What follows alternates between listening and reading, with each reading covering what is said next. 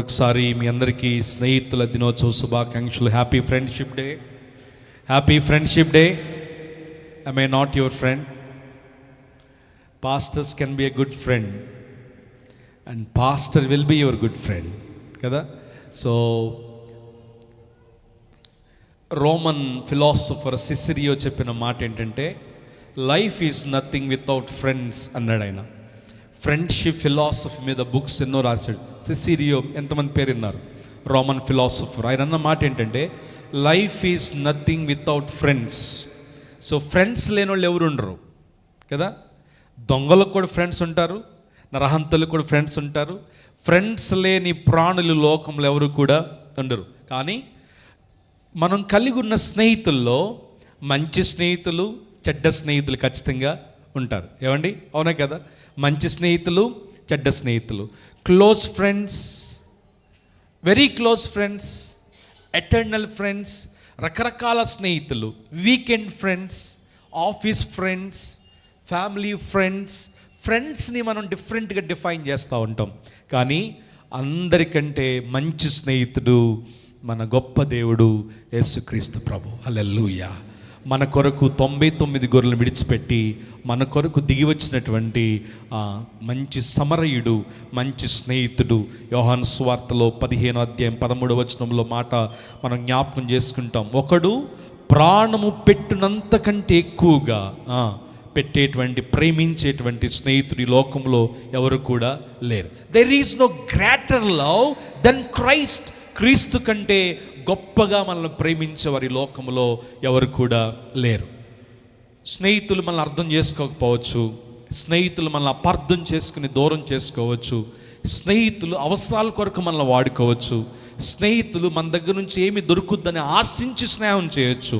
ఇందాక మనం పాడుకున్నట్లుగా మన దగ్గర నుంచి ఏమీ ఆశించకుండా తనకున్నదంతా మన కొరకు ఇవ్వడానికి ఈ లోకానికి వచ్చినటువంటి గొప్ప స్నేహితుడు మన స్నేహితుడు. చిరకాల స్నేహితుడు ఆయన, నిత్యుడగు స్నేహితుడు కదా, శాశ్వతమైనటువంటి స్నేహితుడు ఆయన.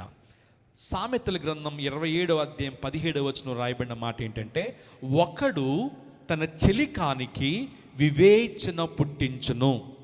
ఒకడు తన చెలికానికి ఏం పుట్టించాలి? వివేచన పుట్టించాలి. ఈరోజు మనం కలిగి ఉన్న ఫ్రెండ్స్ మనకి వివేకాన్ని పుట్టించగలుగుతున్నారా? జ్ఞానాన్ని బోధించగలుగుతున్నారా? మనకున్నటువంటి స్నేహితులు మనల్ని ఎలా నడిపిస్తున్నారు అంటారు కదా.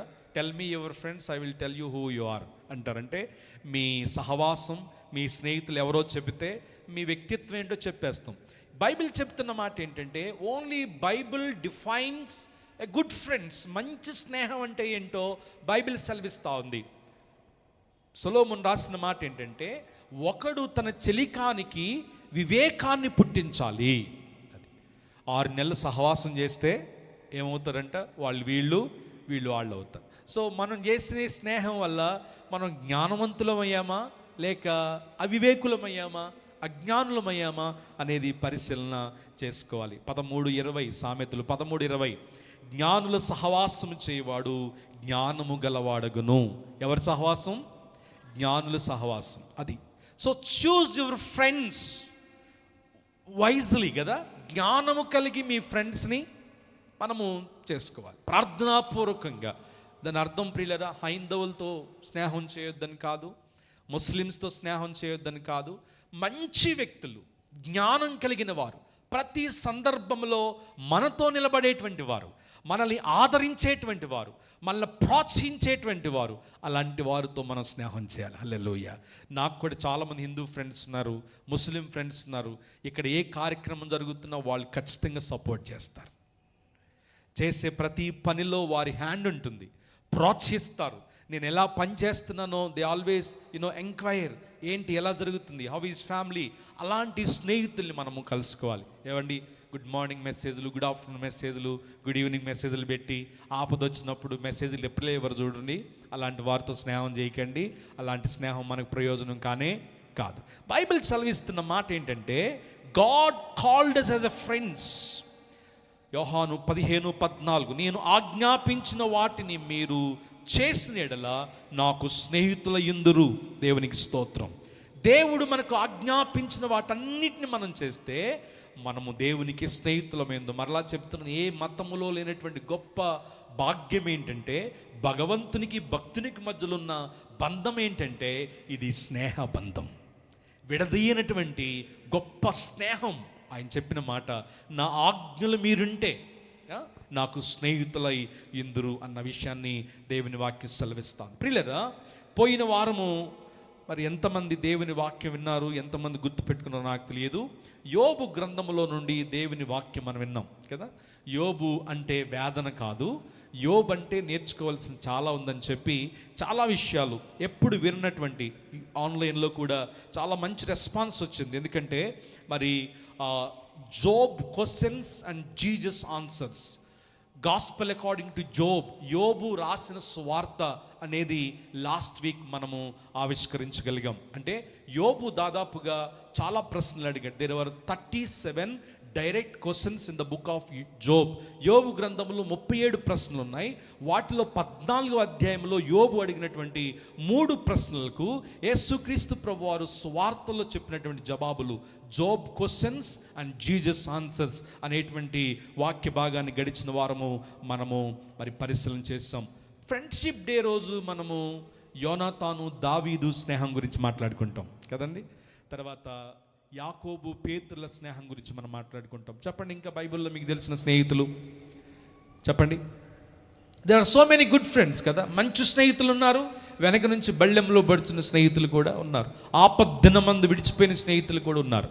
బైబిల్లో ఫ్రెండ్స్ అనగానే మనం గుర్తొచ్చే మరొక స్నేహితులు ఎవరంటే ద ఫ్రెండ్స్ ఆఫ్ జోబ్. యోబు కలిగినటువంటి 3 స్నేహితులు కదా. 3 స్నేహితులు, వాళ్ళ పేర్లు చెప్పండి. మొదటి వ్యక్తి పేరు ఎలీఫజు, రెండవ వ్యక్తి పేరు బిల్దాదు, మూడో వ్యక్తి పేరు జోఫరు, 4వ వ్యక్తి పేరు ఎలీహు. సో ఈ 3 స్నేహితులు, ఎలీఫజు, బిల్దాదు, జోఫరు, 4వ వ్యక్తి ఎలీహు. ప్రియులరా, ఈ ఫ్రెండ్షిప్ డే రోజు గురించి ఈ 4 రకాల స్నేహితుల గురించి మనం అధ్యయనం చేస్తే మనకున్న స్నేహితులు ఎలాంటి వారో మనకు అర్థమైపోతుంది. ఓకే, ఈ 4 kinds of friends, 4 kinds of friends. వాస్తవానికి మనం ఆలోచన చేసినప్పుడు యోబుకి శ్రమ వచ్చింది. దేవుడు సతానుతో పందెం కట్టి, నీతిమంతుడు యథార్థవర్తనుడు గొప్పవాడు యోబున్నాడు, అతను ఏదైనా చేయి కానీ ప్రాణం తీయొద్దన్నప్పుడు ఆస్తి పోయింది, సేవకులు పోయారు, ఉన్నట్టుండగానే రాత్రికి రాత్రి ఆయన ఏమీ లేనటువంటి హీనుడైపోయాడు. కుష్ఠొచ్చింది, చిల్ల పెంకులతో తన దేహాన్ని రుద్దుకుంటా ఉన్నాడు. భార్య దూషించి విడిచిపోయింది. 7 కుమారులు, 3 కుమార్తెలు చచ్చిపోయారు. యోబు ఒక పానిక్ సిచ్యువేషన్లో, భయంకరమైనటువంటి ఆ వేదనలో ఉన్నాడు. చూడండి ఆ మాట 2వ అధ్యాయం దగ్గరికి వచ్చేటప్పటికి దూరము నుండి ఈ 3 ఫ్రెండ్స్ చూశారంట. తెరవండి యోబు గ్రంథము 2వ అధ్యాయము 11వ వచనం నుంచి. 3 స్నేహితులు అతనికి సంభవించిన ఆపదలన్నిటి గురించి వినిన వారై అతనితో కలిసి దుఃఖించుటకు, అతన్ని ఓదార్చుటకు పోవాలని ఆలోచించుకుని తమ తమ వస్త్రములను విడిచి వచ్చిరి. 12వ వచనం చూడండి. స్థలములను విడిచి వచ్చిరి. వారు వచ్చి దూరముగా నిలువబడి కనులెత్తి చూచినప్పుడు అతని పోల్చలేక. ఏమండి చూడండి, కొన్నిసార్లు ఫ్రెండ్ యుఎస్ నుంచి వచ్చాడనుకో, మారిపోయారా గుర్తుపట్టలేకపోతున్నాను అంటాం. ఎందుకు? కాస్త బొగ్గులు వస్తేనో, పొట్టు వస్తేనో, ఒళ్ళు వస్తేనో అంట. కానీ ఇక్కడ యోబు పరిస్థితి మరింత దయాహీనంగా ఉంది. వేదన, పెయిన్, లైఫ్లో అన్నీ కలిగున్నవాడు రాత్రికి రాత్రి అన్నీ పోగొట్టుకున్నాడు. ఆరోగ్యం లేదు, కుటుంబం లేదు, ఆస్తి లేదు, సేవకులు లేరు. దూరం నుంచి ఈ 3 ఫ్రెండ్స్ చూసినప్పుడు అతనిని పోల్చలేక తమ వస్త్రములను చింపుకొని ఆకాశము తట్టు తలల మీద ధూళి చల్లుకొని ఎడుగెత్తి ఏడ్చిరి. ప్రియులరా, అది మంచి ఫ్రెండ్సే. వాళ్ళు వినిన వెంటనే ఎక్కడో ఉండి SMS పంపించలేదు, లేక వాట్సాప్ చేయలేదు. They came down to see him అక్కడ రాయబడిన మాట ఏంటంటే మౌనింగ్ విత్ హిమ్, తనతో పాటు ఓదార్చటానికి, తనను కన్సోల్ చేయడానికి ఈ ముగ్గురు స్నేహితులు యోబు దగ్గరికి వచ్చినట్లుగా మనం చూస్తూ ఉన్నాం. ప్రియులారా చూడండి, ఈ ముగ్గురు స్నేహితులు ఎంతకాలం యోబు దగ్గర ఉన్నారంటే 13వ వచనంలో 7 దినములు అంటే 7 రేయింబవళ్ళు యోబు దగ్గర ఉండి యోబుని ఓదార్చటానికి యోబు దగ్గర ఉన్నారు. ఇప్పుడు చెప్పండి, మంచి స్నేహితులేనా వీళ్ళు? మంచి స్నేహితులేనా? మంచి స్నేహితులాగానే కనబడే అనుకుందాం. తర్వాత ముగ్గురు పేర్లు ప్రియులరా, నేను చాలా స్టడీ చేసిన తర్వాత వాస్తవానికి ముగ్గురు యొక్క హిస్టరీ ఏంటి, వీళ్ళు ఎక్కడి నుంచి వచ్చారు, వీళ్ళ ప్రాంతం ఏంటి, వాళ్ళ ఫ్యామిలీ బ్యాక్గ్రౌండ్స్ ఏంటి, ఎలాగా యోబుకి వీళ్ళు స్నేహితులయ్యారు, యోబుని ఎందుకు సరిగ్గా అర్థం చేసుకోలేకపోయారు అనేది ఈరోజు కొద్ది నిమిషాలు మనం ధ్యానం చేయడానికి ప్రయత్నం చేద్దాం. సో ముగ్గురు కూడా యోబు పడుతున్న వేదనను విన్నవారై యోబు దగ్గరికి వచ్చారు. ఏమండి, నిజమైన స్నేహితుడు ఆపద్దినమును విడిచిపోరాదు. తప్పకుండా పెళ్ళికి వచ్చినా రాకపోయినా, బర్త్డేకి వచ్చినా రాకపోయినా, మీరు సమస్యలో ఉన్నప్పుడు వస్తారు చూడండి, ఒక డజన్ అరటిపళ్ళు తీసుకునో ఒక అర్ధ కిలో స్వీట్స్ తీసుకుని మీ దగ్గరికి వస్తారు చూడండి, వాళ్ళే నిజమైన స్నేహితులు. బర్త్డే అనగానే ఎగేసుకుంటూ వచ్చేసి కేకులు తినేసి మూతులు నాకేసుకుని పోతారు చూడండి, వాళ్ళు మంచోళ్ళు కాదు. నా మాట వినండి ప్రియులారా, బైబిల్ చెబుతున్న మాట ఏంటంటే నిజమైన స్నేహితుడు విడువక ప్రేమించాలి, అది ఏ పరిస్థితి అయినా. ప్రైజ్ ది లార్డ్, హల్లెలూయా. ఇక్కడ మొదట్లో మనం చూసినప్పుడు జోఫరు, బిల్దాదు, ఎలీఫజు ముగ్గురు కూడా మంచి స్నేహితులానే ఉన్నారు. యోబుని గుర్తుపట్టలేకపోయారంట, బూడిద మీద పోసుకున్నారంట, తమ అంగీలు చింపుకున్నారంట, దుఃఖాకాంతులైపోయారంట. 7 రేయింబవళ్ళు యోబుతో కూడా గడపటానికి తమ ఫ్యామిలీస్ని వదిలిపెట్టుకుని తన స్నేహితుడు యోబు ఎలా అయిపోయాడు ఏంటని చెప్పి వేదనతో యోబు దగ్గర దుఃఖ దినములు గడపటానికి యోబు దగ్గరికి వచ్చారు. కానీ తర్వాత మనం ఆలోచన చేసినప్పుడు మొదటి వ్యక్తి గురించి చెప్పుకుందాం. మొదటి వ్యక్తి తెమానీయుడైనటువంటి ఎలీఫజు. తెమానీయుడైనటువంటి ఎలీఫజు. ప్రియులరా, ఎలీఫస్ అన్న మాటకు God is separate, my God is separated, నా దేవుడు ప్రత్యేకమైన. ఎల్ అంటే దేవుడు, ఫజ్ అంటే separation. My God is separated, నా దేవుడు ప్రత్యేకమైన వాడు అని అర్థం. ఎవరు ఎలీఫజ్ అంటే ప్రియులరా, ఎలీఫజు ఎదోము వంశీయుడు, ఎదోము డిసెండెంట్ అని చెప్పాలి. ఎదోము ఎవడు చెప్పండి? ఎదోము ఎవరు? ఎదోమీలెవరు? ఏసాకుకి 2 కుమారులు. మొదట ఆయన పేరేంటి? ఏసావు. రెండో ఆయన పేరేంటి? యాకోబు. యాకోబు వంశావళినేమో ఇశ్రాయేలీలు అంటే, ఏసాబు వంశావళినేమో ఎదోమీలు అన్నారు. ఎడోమైట్స్ లేక ఎదోము అనగా ఎర్రని వాడు అని అర్థం కదా. సో ఎలీఫజ్ ఎవరు అంటే దే వర్ ద డిజైండెంట్స్ ఆఫ్ ఎడోమైట్స్. తేమాను అనేటువంటి ప్రాంతంలో వాళ్ళు నివసిస్తారు. TEMAN, తేమాను అనేటువంటి ప్రాంతం. తెమాను అనేటువంటి ప్రాంతంలో నివసించడాన్ని బట్టి ఎలీఫజ్కు తెమానీయుడైనటువంటి ఎలీఫజు అన్న పేరు వచ్చింది. అర్థమైందండి? తెమాను అనేటువంటి ప్రాంతంలో నివసిస్తున్నాడు కాబట్టి ఇతనికి తెమానీయుడైన ఎలీఫజు అన్న మాట వచ్చింది. ప్రియులరా, ఎలీఫజ్ యొక్క పర్స్పెక్టివ్ ఏంటి? యోబు యొక్క పెయిన్ని ఎలా అర్థం చేసుకున్నాడు, యోబుకు వచ్చిన శ్రమలను ఎలా అర్థం చేసుకున్నాడు అని మనం ఆలోచన చేస్తే ఎలీఫస్ మంచోడనండి. ఎంత గొప్పవాడంటే మనం ఆలోచన చేసినప్పుడు 4వ అధ్యాయము 5వ వచనం 6వ వచనంలో మొట్టమొదటి స్పీచ్లోనే ఎలీఫజ్ యొక్క పర్స్పెక్టివ్ ఏంటో మనకు అర్థమవుతుంది. చూడండి, ఇలాంటి స్నేహితులు మనకు కూడా ఉంటారు, వస్తారు ఖచ్చితంగా. శ్రమల్లో వస్తారు, ఆపదల్లో వస్తారు, కానీ మాట్లాడే విధానంలో మాత్రం they were kind of friends like Eliphaz. Eliphaz లాంటి స్నేహితులుగా ఉంటారు. చూడండి, 4వ అధ్యాయము 5-6 వచనాలు. అయితే ఇప్పుడు శ్రమ నీకు కలుగగా నీవు దుఃఖాక్రాంతుడవైతివి, అది నీకు తగులుగా నీవు కలవరపడుచున్నావు, నీ భక్తి నీకు. Eliphaz understood the pain of Job in a religious perspective. మత సంబంధమైన కోణములో యోబు యొక్క వేదనను ఆయన అర్థం చేసుకున్నాడు. ముగ్గురు స్నేహితులు 3 పర్స్పెక్టివ్స్ మనం అర్థం చేసుకోవాలి. యోబు వేదనలో ఉన్నాడు, యోబు శ్రమలో ఉన్నాడు, వచ్చి చూచినటువంటి స్నేహితులు. అది అర్థమైందండి? మన సమస్యను సమస్యగా అర్థం చేసుకునే స్నేహితులు మనకు కావాలి. దెప్పి పొడిచేటువంటి వారు, గాయాన్ని రేపేటువంటి స్నేహితులు మనకి ఎన్నడూ కూడా వద్దు.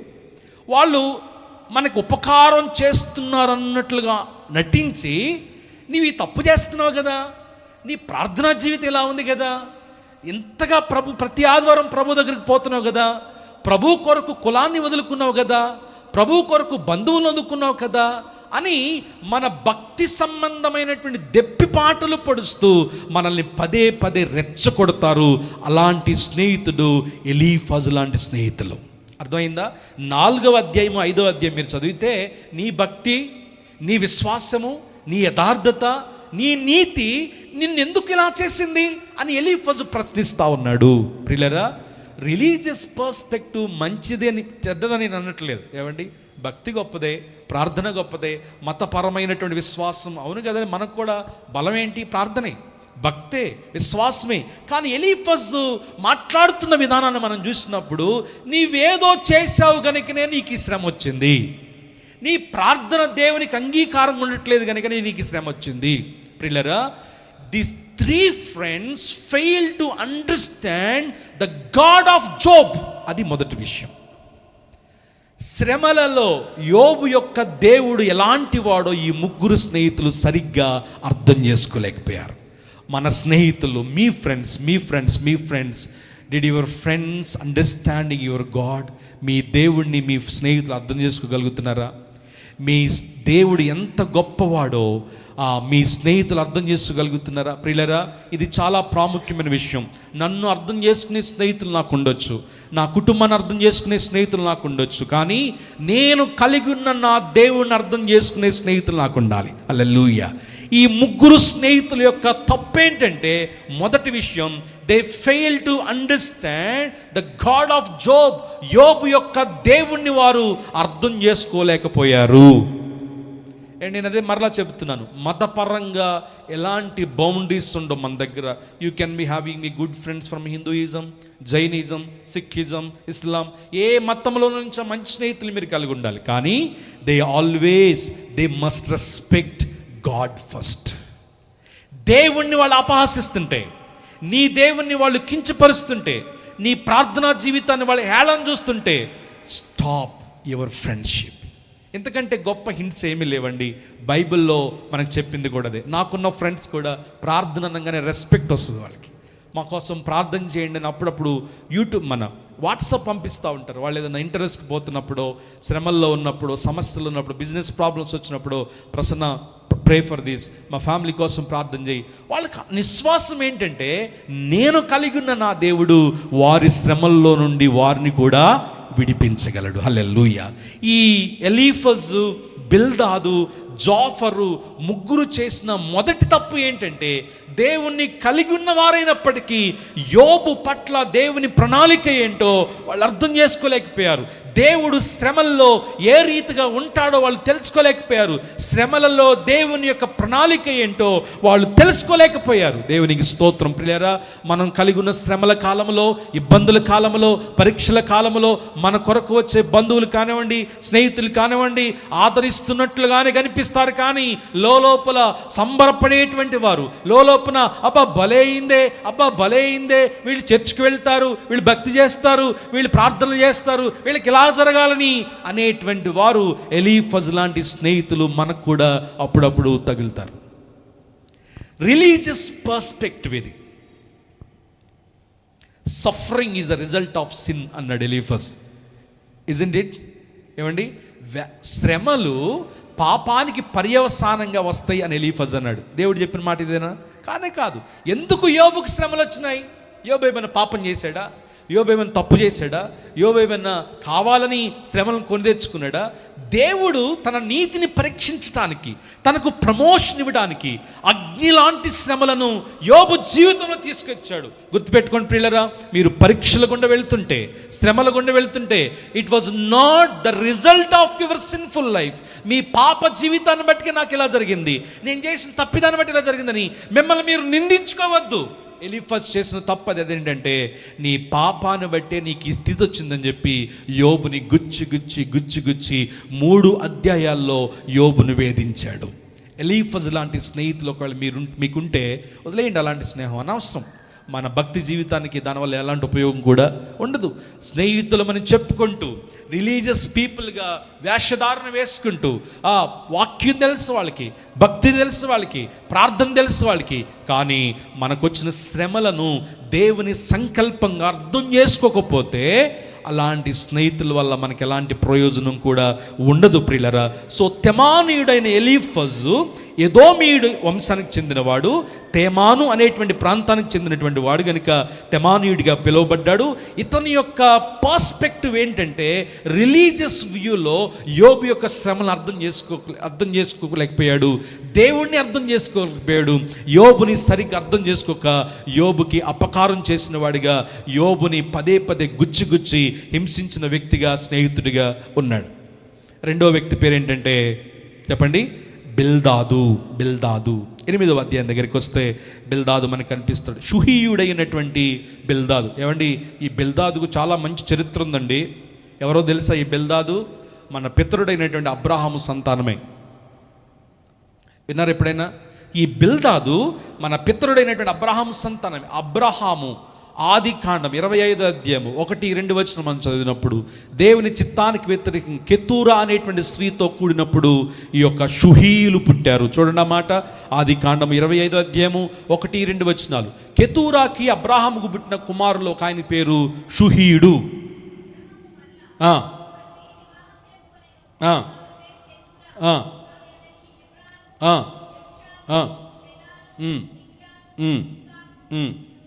షూవాహు. ఏం పేరు అతని పేరు? ఆ షువాహు వంశీయులే ఈ బిల్దాదు అనేటువంటి వ్యక్తి. ఈ బిల్దాదు యొక్క 4 ఫాదర్స్ ఎవరంటే అబ్రహాము, కెతూరాలో నుంచి వచ్చినటువంటి వాడు. ఆ షువాహు అనేటువంటి ఆ డిసెండెంట్సే ఈ బిల్దాదు. అంటే బిల్దాదు ఎక్కడి నుంచి వచ్చాడు చెప్పాలి? ఎక్కడి నుంచి వచ్చాడు? అబ్రహాం ఇంట్లో నుంచి వచ్చాడు. అబ్రహాము, కెతూరాకు పుట్టినటువంటి షువాహు అనేటువంటి వంశానికి చెందినటువంటి వ్యక్తే ఈ యొక్క బిల్దాహు, షువాహీయుడైనటువంటి బిల్దాదు. ప్రియులరా, మనం ఇక్కడ ఆలోచన చేసినప్పుడు ఈ యొక్క బిల్దాదు అనేటువంటి మాటకు వివాదపుత్రుడు అని అర్థం. వివాదపుత్రుడు, son of continuation, son of quarreling, వివాదపుత్రుడు. బెల్ దద్ అన్న మాటకు వివాదము రేపువాడు అని అర్థం. ప్రియులారా, బిల్దాదు మంచి స్నేహితుడే. యోబుకున్నటువంటి స్నేహితుల్లో బిల్దాదు యొక్క విధానం మరొక విధానం. ఇక్కడ మనం ఆలోచన చేసినప్పుడు అబ్రహాము సంతానంలో నుంచి వచ్చాడేమో, అబ్రహాము కెతూరాకు పుట్టినటువంటి షువాహు అనేటువంటి ఆ వంశంలో నుంచి వచ్చాడేమో, ఇతడు ట్రెడిషనల్ వ్యూలో యోబు యొక్క సఫరింగ్స్ని అర్థం చేసుకున్నాడు. ట్రెడిషనల్ వ్యూ అంటే ఆచార ప్రకారముగా యోబు యొక్క శ్రమలను అర్థం చేసుకున్నాడు. ప్రియులారా, ఏమంటున్నాడు చూడండి, 8వ అధ్యాయము 5-6 వచనాలు చదివితే బిల్దాదు యొక్క పర్స్పెక్టివ్ ఏంటో మనకు అర్థమవుద్ది. యోబు గ్రంథము 8వ అధ్యాయము 5-6 వచనాలు. నీవు జాగ్రత్తగా దేవుణ్ణి వెతికిన ఎడల, సర్వశక్తులకు దేవుని బ్రతిమాలుకొని ఎడల, నీవు పవిత్రుడవై యథార్థవంతుడవైన ఎడల నిశ్చయముగా ఆయన నీ యందు శ్రద్ధ నిలిపి నీ నీతికి తగినట్లుగా నీ నివాస స్థలమును వర్ధిల్ల చేయను. చూడండి, అప్పుడు నీ స్థితి మొదట కొద్దిగా నుండి నన్ను తుదకు నీవు మహాభివృద్ధి నొందుదువు. ముందుకు చదువుకుంటూ పోతే బిల్దాద్ అన్న మాట ఏంటంటే, నీవు ఏదో పాపం చేసావు కనుకనే నీ కుటుంబం ఎలా అయిపోయింది. కొంతమంది చూడండి, ఇంట్లో చిన్నోడు బాగోకపోయినా పెద్దోడు బాగోకపోయినా ప్రార్థన చేసుకునే వాళ్ళ మీద వేసేస్తారు. మీరేదో పాపం చేస్తున్నారు కనుకనే వాళ్ళ లైఫ్ అలా అయింది, మీరేదో తప్పు చేస్తున్నారు కనుకనే నా భర్త ఇలా అయ్యాడు. ప్రియులారా, ఎక్కడ ఏది జరిగినా ఆ నెపం ఎవరి మీద వేస్తారంటే ఉన్నారు అలాంటి బిల్దాదులు ఈ రోజుల్లో. బిల్దాదు చూడండి, ఒక ట్రెడిషనల్ వేలో ఆచార ప్రకారముగా నీవు అవినీతి చేస్తున్నావు, నీవు పాపం చేస్తున్నావు, నీ పరిశుద్ధతను కాపాడుకోలేకపోయావు కనుక యోబు నీకు శ్రమలు దేవునికి ఇచ్చాడు. కాబట్టి రాయికనైనా మారు మనసు పొందు, పశ్చాత్తాప పొందు, తుదకు ముందున్న స్థితి కంటే తుదకు మహాభివృద్ధి నొందుతావు అని చెప్పి. ఏమండి, వీళ్ళంతా ఏంటంటే అక్కడికి వెళ్ళి అది జరుగుద్ది, ఇక్కడికి వెళ్ళి ఇది జరుగుద్ది, జుట్టు అది జరుగుద్ది, లేకపోతే ఇది మొక్కుకో ఇది జరుగుద్ది అని చెప్పి కొంతమంది ఉంటారు ఎప్పుడు కూడా. అక్కడికి వెళ్ళి 7 వారాలకి వెళ్ళు, ఇక్కడ 3 వారాలకి వెళ్ళు.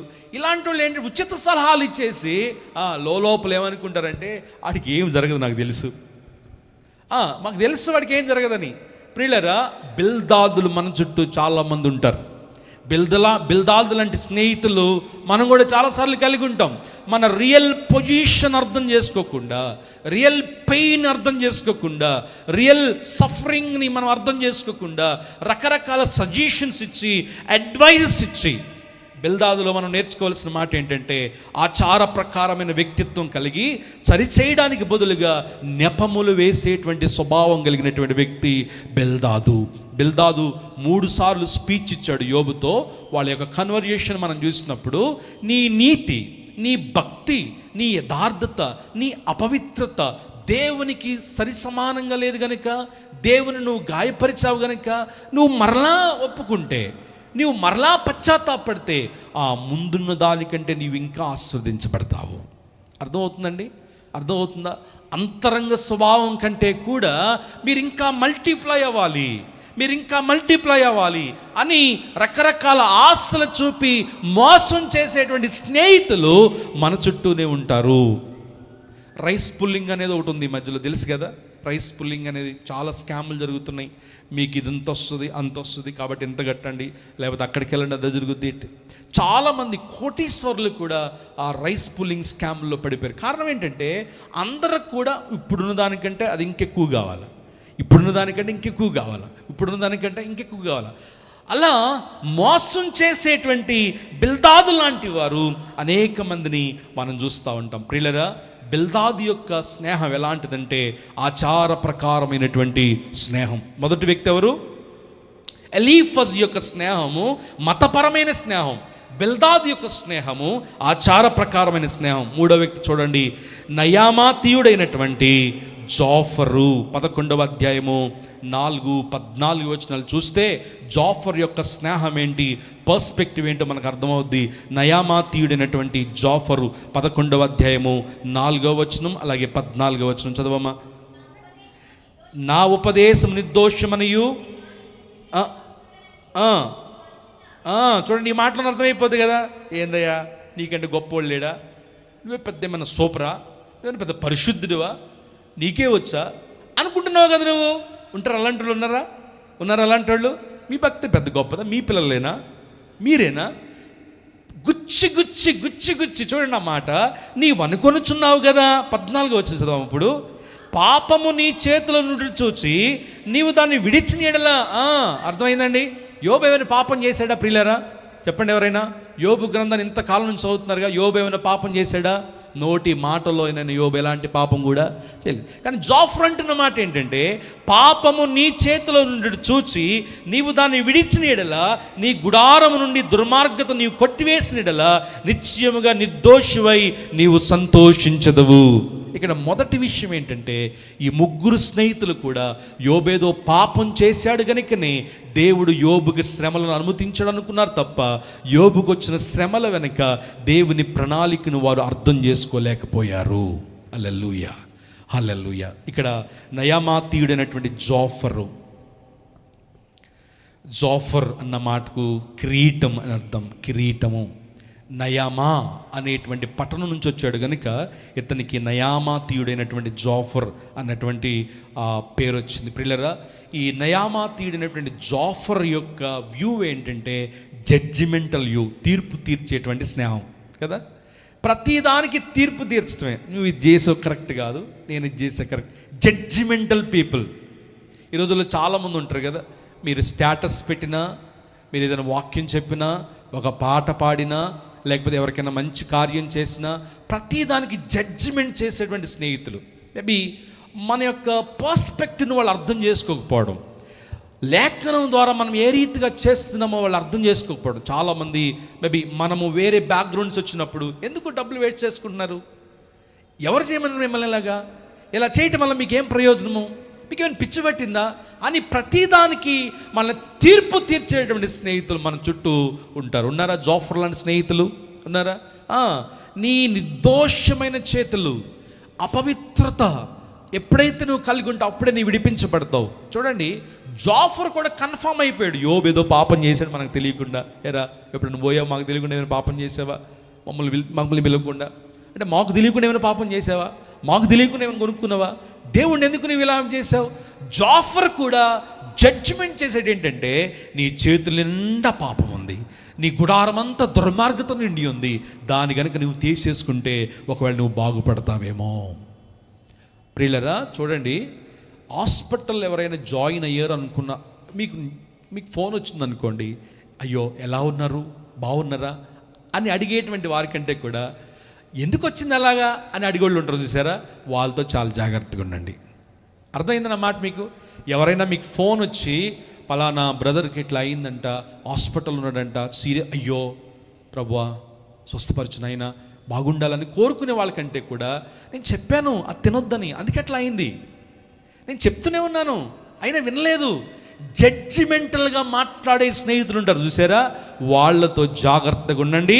అలాంటి కోవకు చెందినటువంటి వ్యక్తే ఈ జాఫరు. ప్రియులరా, ముగ్గురు స్నేహితులు, మొదటి వ్యక్తి ఏమో రిలీజియస్ వ్యూ, రెండో వ్యక్తి ఏమో ట్రెడిషనల్ వ్యూ, మూడో వ్యక్తి ఏమో జడ్జిమెంటల్ వ్యూ. ఈ ముగ్గురు స్నేహితులు కూడా యోబు దగ్గరికి వచ్చాడు. 7 రాత్రులు 7 పగళ్ళు యోబుతో మౌన్ చేసి అతన్ని ఓదార్చాలని, అతన్ని ఆదరించాలని వచ్చారు. కానీ వారు మాట్లాడే విధానంలో యోబు పట్ల నిజమైన ప్రేమను కనబరచలేకపోయారు. ఈ ముగ్గురు స్నేహితుల్లో నుంచి మనం నేర్చుకోవాల్సిన పాఠాలు ఏంటో తెలుసా? ఉంటారండి, బిల్దాదు లాంటి స్నేహితులు మీకు కూడా ఉన్నారు, జాఫర్ లాంటి స్నేహితులు మీకు కూడా ఉన్నారు, ఇంకొక వ్యక్తి ఎవరు, ఎలీఫాజ్ లాంటి స్నేహితులు మీకు కూడా ఉన్నారు. ఏంటి మనం ఏమి నేర్చుకోగలమంటే, your friend should understand your God first. ఇది మొదటి పాఠం. ప్రియులరా, ఎవరైనా స్నేహితులు మీరు కలిగి ఉన్నారంటే మీ దేవుణ్ణి వాళ్ళు తప్పనిసరిగా అర్థం చేసుకోవాలి. మనమెంత మన దేవుని గౌరవిస్తున్నామో మన ఫ్రెండ్స్ కూడా అంత ఎక్కువగానే గౌరవించాలి. ఒకవేళ కాకపోతే ప్లీజ్ లీవ్ దెమ్ అసైడ్. అలాంటి స్నేహితుల్ని దూరం పెట్టేసుకోండి. మరొక మాట, ఈ ముగ్గురు స్నేహితుల్లో మనం నేర్చుకోవాల్సిన పాఠం ఏంటి అంటే, వీళ్ళు యోబుని ఆదరించడానికి వచ్చారో లేక ఒకళ్ళ మీద ఒకళ్ళు గొప్పలు చెప్పుకోవడానికి వచ్చారో అర్థం కాలేదు. యోబుని ఆదరించడానికి వచ్చి ఒకళ్ళ మీద ఒకళ్ళు గొప్పలు చెప్పుకునే స్వభావం కలిగి ఉన్నారు. ఉంటున్నారా అలాంటి స్నేహితులు మన మధ్యలో? ఉంటారా? టీ తాగే దగ్గర, ఏదైనా ఫ్యామిలీ గ్యాదరింగ్స్లోనో, ఏదైనా సహవాసం దగ్గర, ఇక చూడండి, ఇదా అక్కడి నుంచి వచ్చింది, ఇదా ఇక వేసుకున్నాయి, తొడుక్కున్నాయి, సంపాదించుకున్నాయి, డప్పు కొట్టుకోవడం తప్ప ఏముండదు. అయ్యో యోబు తగ్గిపోద్దలయ్యా, దేవుడు ఇస్తాడయ్యా, దేవుడు సమకూరుస్తాడయ్యా, దేవుడు ఆదరిస్తాడయ్యా, దేవుడు రిస్టోర్ చేస్తాడయ్యా, కాస్త ఒప్పు పట్టయ్యా, ప్రార్థన చేస్తున్నాను నీకోసం. అలా మాట్లాడడానికి బదులుగా వీళ్ళు ముగ్గురు యొక్క దాదాపుగా లాస్ట్ వీక్ కూడా చెప్పాను 38 చాప్టర్స్ కూడా ఈ 4 ఫ్రెండ్స్ యొక్క కన్వర్జేషన్ మనం చూస్తాము.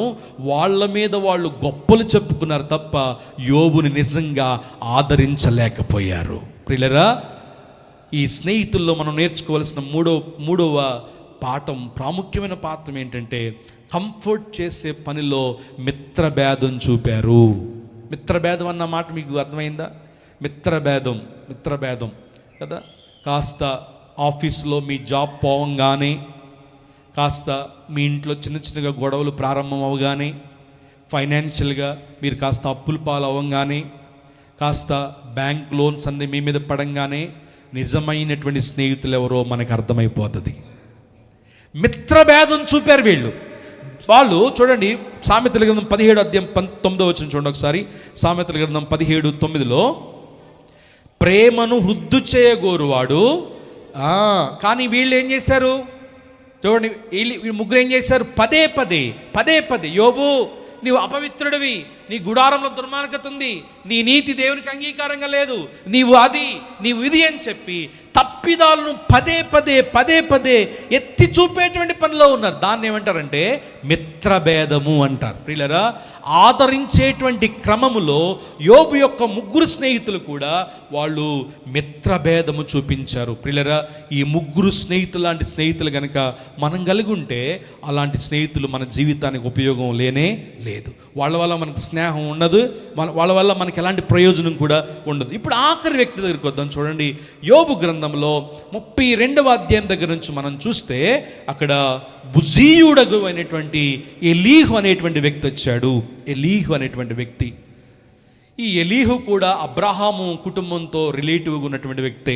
అబ్రాహాము సహోదరుల పేర్లు చెప్పండి. అబ్రాహాం సహోదరుల పేర్లు నాహోరు. అబ్రాహాము ముగ్గురు సహోదరులు, నాహోరు, తేమన. ఆ అబ్రాహాము సహోదరుడిగా ఉన్నటువంటి నాహోరు యొక్క భార్య పేరు మిల్కా. ఆది కాండము 22వ అధ్యాయము 21వ వచనం మనం చూస్తే అక్కడ నాహోరుకి అలాగే మిల్కాకు పుట్టినటువంటి వ్యక్తి పేరు ఏంటంటే బూజు. ఏంటది? బూజు. ఆ బూజీయుడైనటువంటి ఎలీహు అనేటువంటి వ్యక్తికి మనకు కనిపిస్తుంది. అంటే ఎలీహు కూడా అబ్రాహాము కుటుంబముతో సంబంధం కలిగినటువంటి వ్యక్తే ఎలీహు. ప్రియులరా, ఎలీహు ఎంత గొప్ప స్నేహితుడంటే 32వ అధ్యాయం దగ్గరికి వచ్చేటప్పటికి ఎలీహు ఈ ముగ్గురి కంటే కూడా చిన్నవాడు వయసులో. 32వ అధ్యాయం 3వ వచనం దగ్గరికి వస్తే చూడండి ఒకసారి ఆ మాట. 32వ అధ్యాయం 3వ వచనం.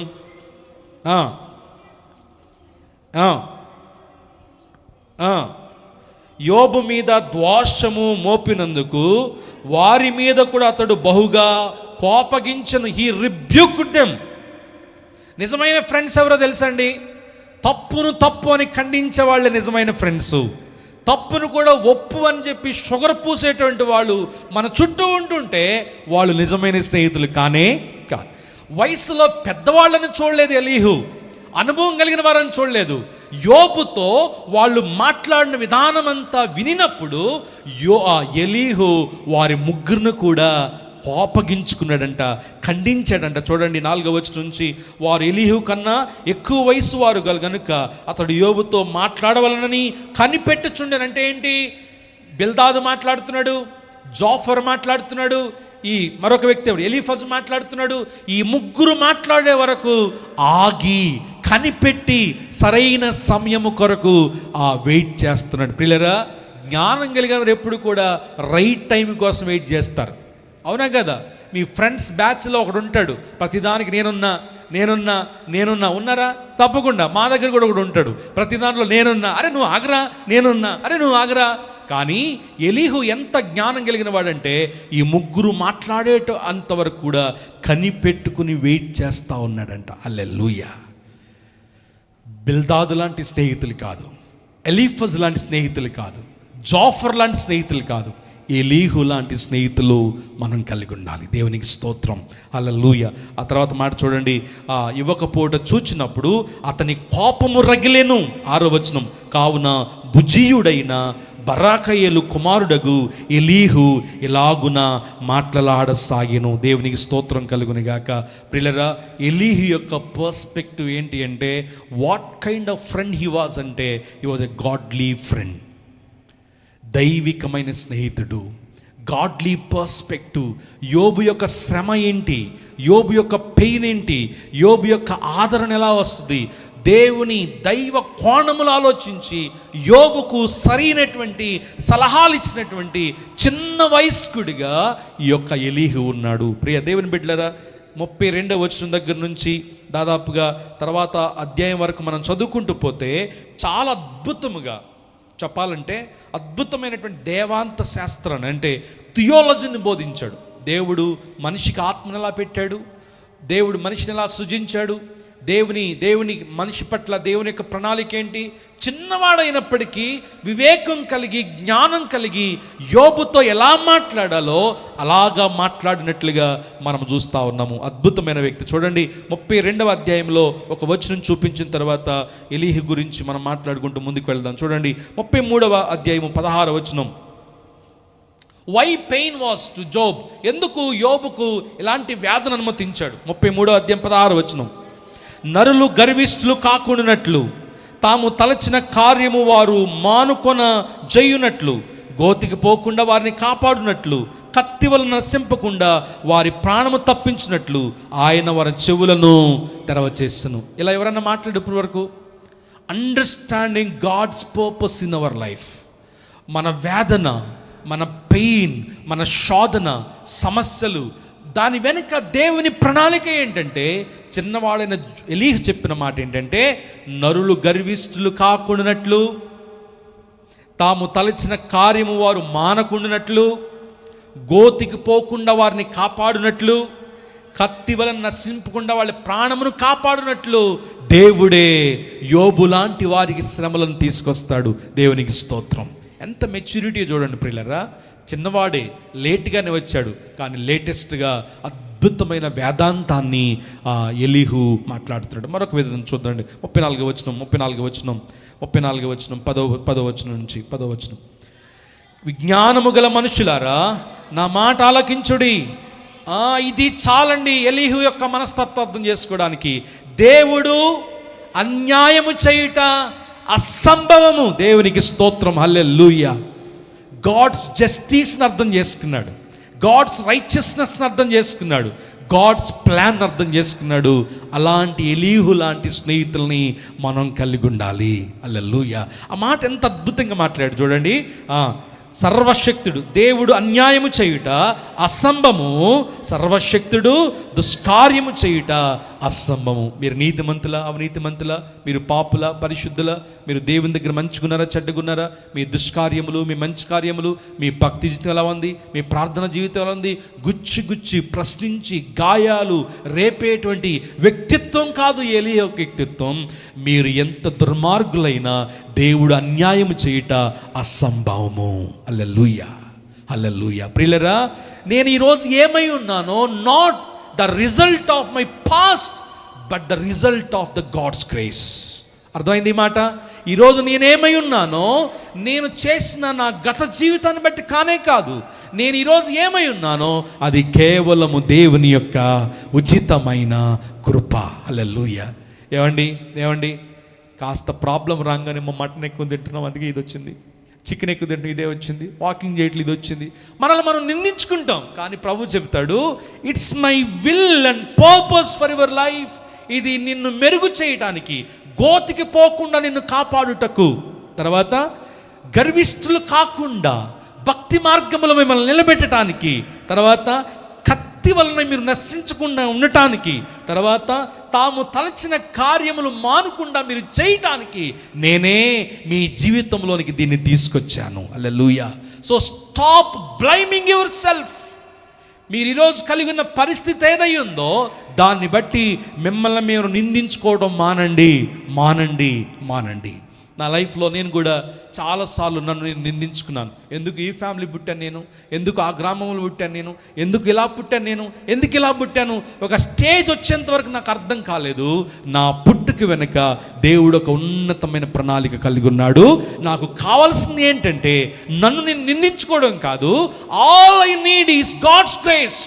దేవుని కృప తప్ప నాకేది కూడా అవసరం లేదు. హల్లెలూయా, హల్లెలూయా. ప్రియులారా, ఎలీహు ఎంత అద్భుతమైన వ్యక్తి అంటే ఆల్మోస్ట్ 34వ అధ్యాయము 10వ వచనం దగ్గర నుంచి 14వ వచనం వరకు దగ్గర చదివితే ఎలీహు మనస్తత్వం మీకు అర్థమవుతుంది. చూడండి 11వ వచనం. నరుల క్రియలకు తగినట్లుగా ప్రతిఫలము ఆయన వారికి ఇచ్చును, అందరికీ వారి వారి మార్గములను బట్టి వారికి ప్రతిఫలం ఇచ్చును. దేవుడు ఏమాత్రమును, గట్టిగా చెప్పండి, దేవుడు ఏమాత్రమును దుష్కార్యము చేయడు, సర్వశక్తుడు, న్యాయము తప్పడు. హల్లెలూయా. ఎలీహు లాంటి స్నేహితుల్ని ఇలాగ బ్యాలెన్సింగ్గా, మెచ్యూర్గా, స్పిరిచువల్గా, డివినిటీతో, దైవత్వంగా మన ముందుకు నడిపించే స్నేహితులు మనకు కావాలి. అరే తప్పు చేసేవేమరా, ప్రార్థన చేసుకో. తప్పు చేసేమేవరా, తిరుపతి పోయిరా. తప్పు చేసేమేవరా, గుండు చేయించుకో. అది చేసేమేవరా. అది మన తప్పిదాలు ఎత్తు చూపే స్నేహితులు కాదు మనకు కావాల్సింది. దైవ కోణములో మన పెయిన్ అర్థం చేసుకునే వాళ్ళు మనకు కావాలి, మన సిచ్యువేషన్ అర్థం చేసుకునే వాళ్ళు కావాలి. కొన్నిసార్లు అండి అనుకున్న కార్యాలు జరగకపోతే ఉచిత సలహాలు ఇచ్చేవాళ్ళు చాలామంది ఉంటారు. వాళ్ళకి దూరంగా ఉండండి చెప్తున్నాను నేను. ఉచిత సలహాలు ఇచ్చి మనకేదో మేలు చేస్తున్నట్లు నటించేటువంటి వారు, మనకేదో గొప్ప చేస్తున్నట్లుగా నటించేటువంటి వారు చాలామంది ఉంటారు. అలాంటి వారికి దూరంగా ఉంటే మనకు చాలా బెటర్. ప్రియులారా, బెల్దాదు, ఎలీఫజు, జోఫరు ఈ ముగ్గురు కూడా 7 దినాలు గడిపారు. కానీ యోబు గాయాలను మాన్పలేకపోయారు, యోబుకు ఆదరణ కలిగించలేకపోయారు, యోబును ఏ రీతిగా కూడా అప్లిఫ్ట్ చేయలేకపోయారు. చిన్నవాడైనా దైవికంగా ఆలోచించాడు, దైవ ప్రణాళికను అర్థం చేసుకున్నాడు, గాడ్స్ జస్టిస్ గురించి, గాడ్స్ రైచియస్ గురించి. అదే చెప్తాను నేను కదా, ఈరోజు నేనేమై ఉన్నానో not of me but who God is and who God will be, who God was. దేవుడు ఏమై ఉన్నాడో, దేవుడు ఏమై ఉండబోతున్నాడో, దేవుడు ఏం చేశాడో దానిని బట్టి నా జీవితం ఆధారపడి ఉంది. హల్లెలూయా. నా పితరులు తాగుబోతులు, నా పితరులు తిగులుబోతులు, నా పితరులు విగ్రహారాధికులు, అందుకే నా పిల్లల జీవితం ఎలా ఉందని నిందించకండి. Don't blame yourself. ఈరోజు నేనేమై ఉన్నానో అది నా దేవుని కనికరము, నా దేవుని కృప, నా దేవుని ప్రణాళిక అని మనం తలంచినప్పుడు ప్రియులరా, తరతరాలుగా వస్తున్న శాపాలను సైతం దేవుడు దీవెనిగా మార్చే దేవుడు, జనరేషనల్ కర్స్ను కూడా బ్లెస్సింగ్గా మార్చే దేవుడు. దేవునికి అసాధ్యమైనది ఏది కూడా లేదు. ఆయన ఏ దుష్కార్యమును, చెప్పండి, ఏ దుష్కార్యమును చేయడు. ప్రభు చెప్పాడు, మీ స్నేహితులైన మీ పాపాలు గుర్తుపెట్టుకుంటారేమో కానీ తూర్పు నుండి పడమరకు ఎంత దూరమో మీ పాపాలు నేను అంత దూరపరిచున్నాను. I will remember no more. మీ పాపాలు నేను ఎప్పటికి కూడా గుర్తు చేసుకోను. హల్లెలూయా. ఎంత గొప్ప దేవుడు మన దేవుడు, ఎంత మంచి స్నేహితుడు మన దేవుడు. ప్రియులరా, అలాంటి స్నేహితుల్ని మనం కలిగి ఉండాలి. మిత్ర భేదం చూపేటువంటి స్నేహితులు నో నో. మరలా చెప్తున్నాను, స్నేహం అనే పేరుతో స్నేహితుల్ని ప్లీజ్ చేయడం కోసం దైవత్వాన్ని తాకట్టు పెట్టొద్దు. అర్థమైంది నా మాట? వెళ్ళకపోతే ఫ్రెండ్స్ ఫీల్ అవుతారండి, వెళ్ళకపోతే ఫ్రెండ్స్ బాధపడతారని చెప్పి మనకున్నటువంటి దైవత్వాన్ని విడిచిపెట్టొద్దు. ప్రియులరా, your friend should know your prayer times, your friend should know your church timings, your friend should know your righteous life. మీ సాక్షి జీవితం, మీ ప్రార్థనా జీవితం, మీరు కలిగి ఉన్న సమర్పణ, దేవుని పట్ల మీరు కలిగి ఉన్న ప్రేమ, మీకున్న కమిట్మెంట్ మీ ఫ్రెండ్స్కి తెలియాలి. ఒకవేళ అలాంటి ఫ్రెండ్స్ ఒకవేళ మీకుంటే నేను చెబుతున్నాను, ఫ్రెండ్షిప్ వల్ల మీ భక్తికి ఏదో ఒక రోజు ప్రమాదం పొంచి ఉంటుంది. పోకపోతే వాడు ఫీల్ అవుతాడండి, పోకపోతే ఆమె తిడుతుందండి, అలా అని చెప్పి దేవునికి మహిమకరంగా మహిమ లేమంటారు, దేవునికి ప్రియులరా, దేవుని సన్నిధి నిర్లక్ష్యం చేస్తూ, భక్తి నిర్లక్ష్యం చేస్తూ, ప్రార్థన ఉన్నారు చాలామంది అలాంటి వారు.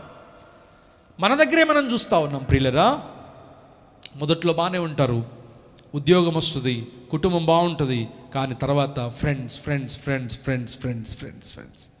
ఎందుకు సండే రారంటే సాటర్డే అంతా కూడా ఫ్రెండ్స్తో దేవుని సమయాన్ని దొంగిలించటం, దేవుని సమయాన్ని నిర్లక్ష్యం చేయటం. గుర్తుపెట్టుకోండి, ఫ్రెండ్షిప్ దేవుని కంటే కూడా గ్రేటర్ ఫ్రెండ్షిప్ ఈ లోకంలో ఏది కూడా లేదు. God is my eternal friend. ఆ మాట చదివి మనం ముగించుకుందాం. చూడండి, ఆ మాటని మనం ముగించుకుందాం. 15:13 యోహాను సువార్త 15:13 చెప్పేయాలి మీరే మాట. తన స్నేహితుని కొరకు తన ప్రాణము పెట్టువాని కంటే ఎక్కువైన ప్రేమ గలవాడెవడు? బిర్యానీ ఇప్పించాడు, జ్యూస్ ఇప్పించాడు, టీ తాగిపించాడు, అప్పుల్లో కాస్త 1000 రూపాయలు పంపించాడు. అలాంటి ప్రేమల తన స్నేహితుల కంటే ప్రాణము పెట్టినంతగా ఎక్కువగా ప్రేమించే స్నేహితులు ఉన్నారా? లేరు. బిల్దాదు లాంటి వారు, జాఫర్ లాంటి వారు, ఎలీఫజ్ లాంటి వారు స్నేహితుల వేషములో వచ్చి మన గాయాలను రేపుతారు, మనల్ని వేధిస్తారు, నిందిస్తారు, మనల్ని దెప్పిపోటు మాటలతో వేదనకు గురి చేస్తారు. కానీ ఎలీహు వలె నా పెయిన్ అర్థం చేసుకునేవాళ్ళు, నా పెయిన్ వెనక నా దేవుడిని అర్థం చేసుకునేటువంటి వారు, నా భక్తిని అర్థం చేసుకునేవారు. ప్రియులరా, అది చాలు. వాళ్ళు ఏ రిలీజ్ అయినా పర్వాలేదు, ఏ కులమైనా పర్వాలేదు, నా దేవుడు ఎంత న్యాయవంతుడో వాళ్ళకి తెలిస్తే చాలు. హల్లెలూయా. నా దేవుడు ఎంత పరిశుద్ధుడో వాళ్ళకి తెలిస్తే చాలు. నా దేవుడు ఏ దుష్కార్యము చేయడు, నాకు అన్యాయము చేయడు అని నా ఫ్రెండ్స్ అర్థం చేసుకుంటే చాలు. వాళ్ళ కోసం నేను ఏదైనా చేయగలుగుతా. They will be my friends forever. Hallelujah. Elihu లాంటి ఫ్రెండ్స్ని సంపాదించుకోండి ప్రియులరా.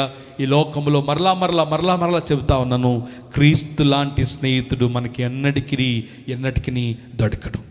మన కొరకు తన ప్రాణం పెట్టిన స్నేహితుడు, మన కొరకు తనకున్నదంతా ఇచ్చేసిన త్యాగశీలి. మనము పాపులుగా ఉండగా, మనము దుష్కార్యములు చేస్తుండగా, అన్యులుగా ఉండగా, దూరస్తులుగా ఉండగా త్రోసివేయకుండా పాపి అని పిలవకుండా ప్రాణ స్నేహితుడు అని మనం పిలిచాడు. అందుకే పౌలు రాశాడు, ఇక మీదట మిమ్మల్ని దాసులుగా పిలవక ఎలా పిలుస్తాను, స్నేహితులారా అని పిలుస్తాను. అది దేవుని ప్రేమ. అలాంటి వారిని మనం సంపాదించుకుందాం. దైవ ప్రేమలో, దైవ స్నేహంలో ముందుకు వెళ్తూ దేవుని కృపలో ముందుకు కొనసాగుదాం. దేవుడి మాటలు మన వినికిడిలో దీవించునుగాక. ఆమేన్. తల్లు వంచండి, కళ్ళు మూసుకొనండి, ప్రార్థన చేద్దాం. కొద్ది నిమిషాలు ప్రార్థనలు ఏకీవించండి. దేవుడు మీతో మాట్లాడితే, if God spoke to you, respond to the word of God. తిరిగి దేవునితో మాట్లాడండి. ప్రియులారా, మొబైల్ ద్వారా friends, office friends, social media friends, good friends, bad friends, family friends, school friends, college friends, so many friends, but no one is greater than our friend Lord Jesus Christ. Because we have found a great friend in Jesus. ఇక్కడ Elihu అలాంటి స్నేహితుడిగా మనకు కనిపిస్తున్నాడు. ఈరోజు ఒకటే ప్రశ్న, ఈ ముగ్గురు లాంటి స్నేహితులు కనుక మీరు కలిగి ఉంటే పరీక్షించుకోండి. ఆ స్నేహం వల్ల మనకి ఎలాంటి ప్రయోజనం లేదని గుర్తు చేసుకుందాం.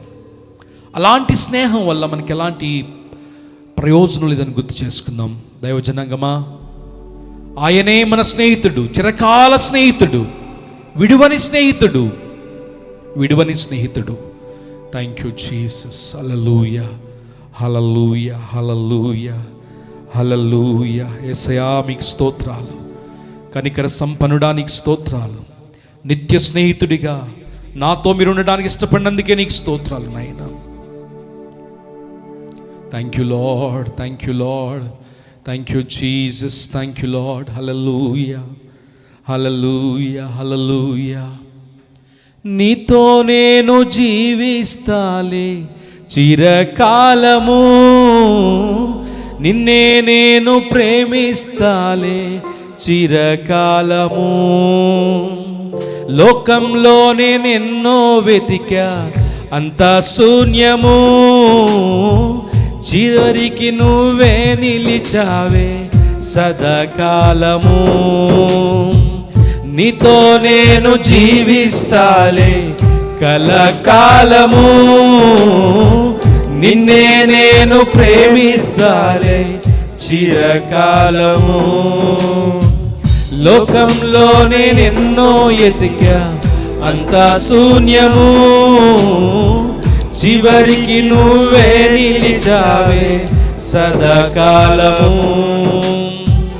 నిన్ను విడువను దేవా నా ప్రభువా, నా ప్రాణనాథ, నీ చేతితో మలచి నన్ను విరచి సరిచేయునాథా. నిన్ను విడువను దేవా నా ప్రభువా, నా ప్రాణనాథ, నీ చేతితో మలచి నన్ను విరచి సరిచేయునాథా. నీవే నా ప్రాణాధారము. చేతులు పైకెత్తి పడదామా. నీవే నా జీవాధారము, నీవే నా ప్రాణాధారము, నీవే నా జీవాధారము. నీతో ఉంటే జీవితం వేదనైన రంగుల పయనం, నీతో ఉంటే జీవితం బాటేదైన పూల కుసుమం. నీతో ఉంటే జీవితం వేదనైన రంగుల పయనం, నీతో ఉంటే జీవితం బాటేదైన పూల కుసుమం. నీవే నా ప్రాణాధారము, నీవే నా జీవాధారము, నీవే నా ప్రాణాధారము, నీవే నా జీవాధారము. మరొకసారి, నీవే నా ప్రాణాధారము, నీవే నా జీవాధారము,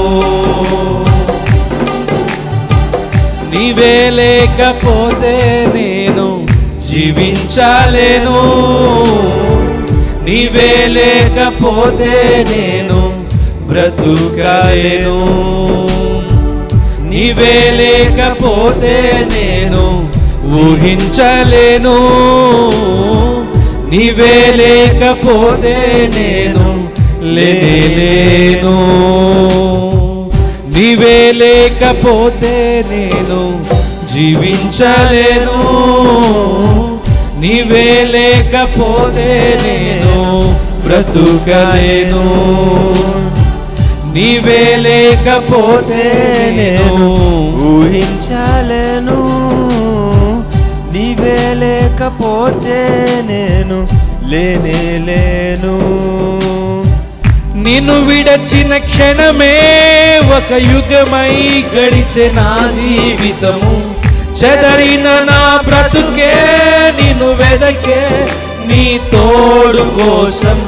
నిన్ను విడచిన క్షణమే ఒక యుగమై గడిచే నా జీవితము, చెదరిన నా బ్రతుకే నిన్ను వెతికే నీ తోడు కోసం. నీవే నా ప్రాణాధారము, చేతుల పైకి, నీవే నా జీవాధారము, నీవే నా ప్రాణాధారము, నీవే నా జీవాధారము. పరిశుద్ధులైన మా ప్రియ తండ్రి, ఈ ఫ్రెండ్షిప్ డే రోజునైనా మా మధ్యలో మేం కలుగున్న స్నేహితులు ఎలాంటి వారో పరీక్షించుకోవడానికి ప్రభువా, ఎలీఫస్ అంటే రిలీజియస్ పర్స్పెక్టివ్ కలిగిన వారు, బిల్దాదు లాంటి ట్రెడిషనల్ పర్స్పెక్టివ్ కలిగిన వారు తండ్రి, ప్రభువా జడ్జిమెంటల్ పర్స్పెక్టివ్ కలిగిన వారి వలె కాకుండా ఎలీహు వలె స్పిరిచువల్ పర్స్పెక్టివ్ కలిగిన ఫ్రెండ్స్ని మేము సంపాదించుకోవడానికి సహాయం చేయండి. మా స్నేహితులు నిన్ను అర్థం చేసుకున్నట్లుగా, మా స్నేహితులు మా పరిస్థితుల్లో నీ ప్రణాళికను అర్థం చేసుకున్నట్లుగా సహాయం చేయండి నాయనా. ఈ స్నేహితుల దినోత్సవం రోజు రక్షణ లేని మా స్నేహితుల కొరకు ప్రార్థన చేస్తున్నాం ప్రభువా. నిన్ను ఎరగనటువంటి కొంతమంది కొరకు ప్రార్థన చేస్తున్నాం. మా స్కూల్ ఫ్రెండ్ కావచ్చు, కాలేజ్ ఫ్రెండ్స్ కావచ్చు, మా చైల్డ్హుడ్ ఫ్రెండ్స్ కావచ్చు ప్రభువా, నిన్ను తెలుసుకుని కూడా నీకు దూరంగా జీవిస్తుంటుంటే నాయన ఈరోజు వారి హృదయాలు తెరవమని ప్రార్థన చేస్తున్నాం. ఈ ఫ్రెండ్షిప్ డే రోజు Lord we pray for the salvation of our friends. Bildad లాంటి వారు, ఎలీఫజ్ లాంటి వారు, జాఫర్ లాంటి వాళ్ళు మా చుట్టూ ఉంటున్నప్పుడు నాయనా తండ్రి, మా నిబద్ధతను మేము కోల్పోకుండా, మా యొక్క సమర్పణ మేము కోల్పోకుండా, నోటి మాటలోనైనా దోషము చేయనటువంటి యోబు వలె మేము మిగిలి ఉండినట్లుగా సహాయం చేయండి ప్రభువా. నీకు స్తోత్రాలు. ఎలాంటి స్నేహితులు మేము సంపాదించుకుంటున్నామో పరీక్షించుకున్న వారమై తండ్రి, మంచి స్నేహితులను మేము కలిగి జీవించడానికి సహాయం చేయండి. మరొకసారి నీవే మా చిరకాల స్నేహితుడిగా, మా శాశ్వతమైన స్నేహితుడిగా, నిజ స్నేహితుడిగా మా కొరకు మీరు ఉన్నందుకు మిమ్మల్ని స్తుతిస్తూ నాయనా, ప్రియ సంఘమంతటిని బట్టి మిమ్మల్ని స్తుతిస్తున్నాం. ఆన్లైన్ ద్వారా ఎంతమంది నీ మాటలు విన్నారో ప్రియుల కొరకు మేము ప్రార్థన చేస్తున్నాం. ఈ మాటలు మా వినికిడిలో మీరు దీవించి ఆధ్యాత్మిక క్షమాభివృద్ధి కలిగించమని యేసు నామములో ప్రార్థిస్తున్నాము తండ్రి. ఆమేన్.